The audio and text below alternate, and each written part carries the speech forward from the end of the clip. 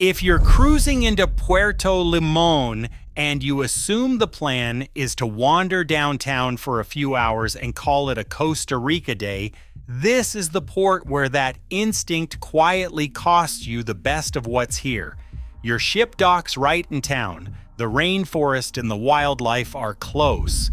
And the real question isn't whether to explore, it's how far you're willing to go to see the Costa Rica you came for. Get that one decision right, and you'll spend the day with sloths, howler monkeys, and rainforest canals that most of your ship will sail straight past. Let's start with where you are, because Limon is refreshingly simple. Your ship docks alongside, right in town, no tender, no shuttle. From the gangway, it's about a 5-minute walk to the city center, and there's a small craft market right at the terminal exit for coffee, wood carvings, and souvenirs. But here's the thing to hear early. Downtown Limon itself is not the reason you came to Costa Rica. The country's magic is in the rainforest, the wildlife, and the canals, and almost all of it takes a decision right there at the gangway. So the decision here isn't really do-it-yourself versus a tour, it's how far you're willing to travel to actually see Costa Rica. This is a wildlife and rainforest country, and the best of it sits anywhere from 20 minutes to 2 hours from the dock. You can stay close and keep the day gentle, or commit to a longer run inland for the real thing. Both are valid, but the further you go, the more of the genuine article you'll see. A quick word on tours, because the geography makes it matter. Cruise line excursions are easy, but you often pay more for the same experience. Local operators run smaller groups, better value, and more time at the sites.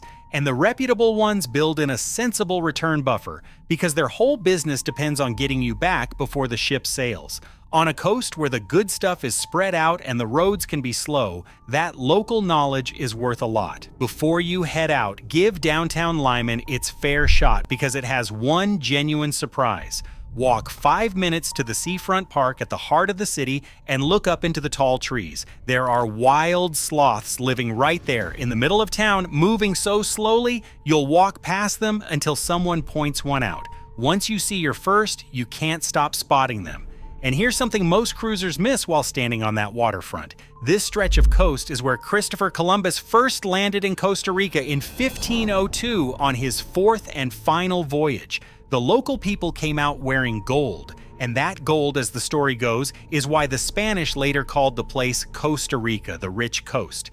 The irony the history books enjoy is that it turned out to be one of the least gold-rich corners of the empire, but the name stuck 500 years later, and it started right here on this beach. Now, the options inland, and there are more than most people expect. The most popular is the Tortuguero Canals, a drive north and then onto a boat.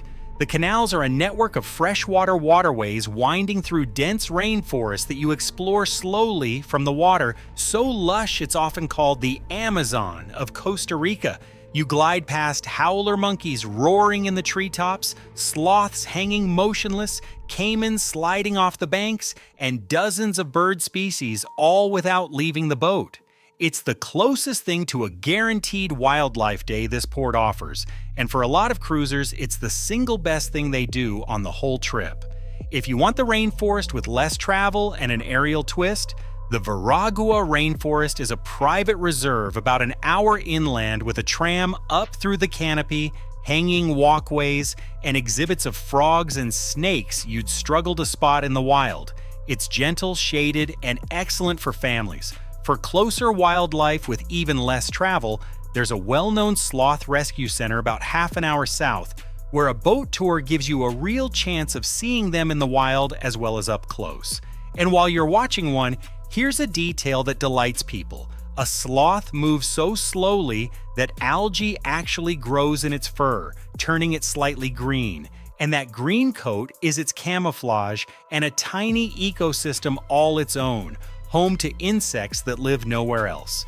The animal that looks lazy is a slow-motion masterpiece of survival. If you'd rather mix beach with jungle, Cahuita National Park is about 40 minutes south.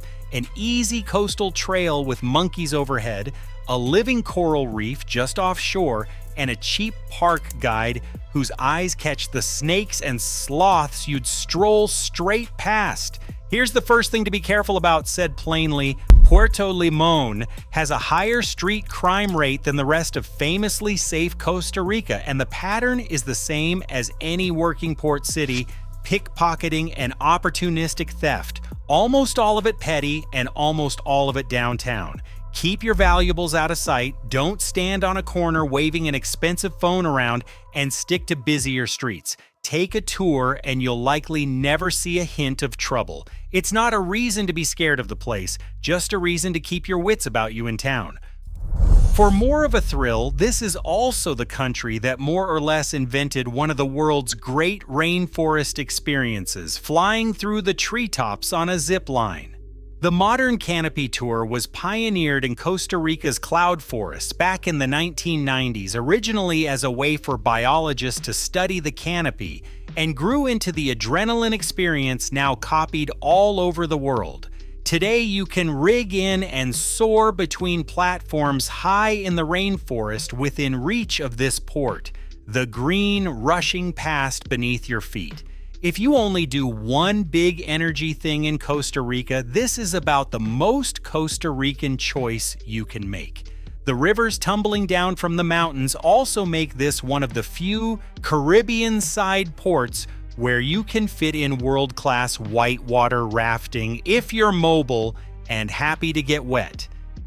There's a quieter, more grounded option too, and it leads into the most interesting thing about Limon, which is its people. Because here's a piece of the story most cruisers never learn. The culture of this whole coast is Afro-Caribbean, not Spanish, and that's no accident. In the late 1800s, thousands of Jamaican and other Caribbean workers were brought in to build the railway from the highlands down to this port, and then to work the banana plantations that followed. They stayed, and their descendants gave Limon its own language, an English-based Creole you'll still hear spoken here, its own calypso music, its own food, and a huge annual carnival each October.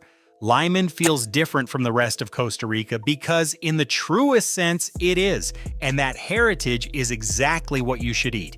The dish to look for is rice and beans cooked in coconut milk, simple as it sounds, the soul of this coast. Slow simmered with thyme and a little chili until it's rich and fragrant. Look out too for rondon, a coconut milk seafood stew whose name comes from the English rundown, and for pati, a spiced meat pastry you can eat on the move, both straight out of that Jamaican kitchen tradition. This is food you won't find in the same form anywhere else in the country. Wash it down with a fresh fruit juice or a local beer, and you've tasted the actual history of the place. And for cruisers willing to travel further, there's Puerto Viejo de Talamanca, about an hour and 20 south, Costa Rica's Caribbean surf town capital, all palm-fringed beaches, reggae and laid-back beach bars, the most distinct culture on the whole coast for the right traveler. Let's sort out the money and the practical choices. The premium option is a private guide and driver for the day, letting you stitch a couple of these together at your own pace, say the Sloth Center and Cahuita, without waiting on anyone. The budget option is the local bus running south down the coast, cheap and genuinely scenic to places like Cahuita, though it eats your buffer and gives you no safety net on timing. For most cruisers, a small group tour to one main destination is the sweet spot, one great experience done well with the return baked in. And if you want the most reward for the least effort, the in-town Sloth Park plus the nearby rescue center or the Veragua tram give you real Costa Rican wildlife without a long or rough trip. This really is one port where a guided option earns its money, because the best wildlife is hard to find without a trained local eye. A guide isn't just driving you, they're the reason you'll actually see the sloth, the toucan, and the eyelash viper instead of a wall of green. Which brings us to the danger that genuinely ends cruise days here, the return clock. Tortuguero is a long run with a boat leg on top, and the southern beaches are well over an hour of road each way on a coast road that can slow without warning behind a truck or a stretch of roadwork. If you go that far, you're deliberately cutting your margin thinner. So keep one eye on the clock the whole time and don't linger past your turnaround. The view is worth the drive, but only if the drive back goes smoothly, so leave yourself a real cushion and treat your guide's departure time as law. Getting back is easy once you've planned it, because the dock is right in town and the final walk to the ship is 5 minutes. Before you board, pick up a bag of Costa Rican coffee or some local cacao at the terminal market and take one last look up into those waterfront trees for a parting sloth.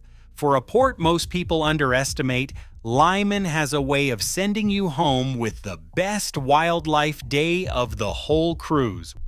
We've added our favorite local Puerto Limon tours in the description below. They're good value, smaller groups, and they've always got us back to the ship on time. The Tortuguero Canals, a sloth up close, or a plate of Caribbean rice and beans, which would your Costa Rica day be? Tell us below. Thanks for watching. If you want a little help making the day smoother, we've linked our recommended local tours in the description below. And the next cruise port guide is on screen. Click that and let's plan your next stop.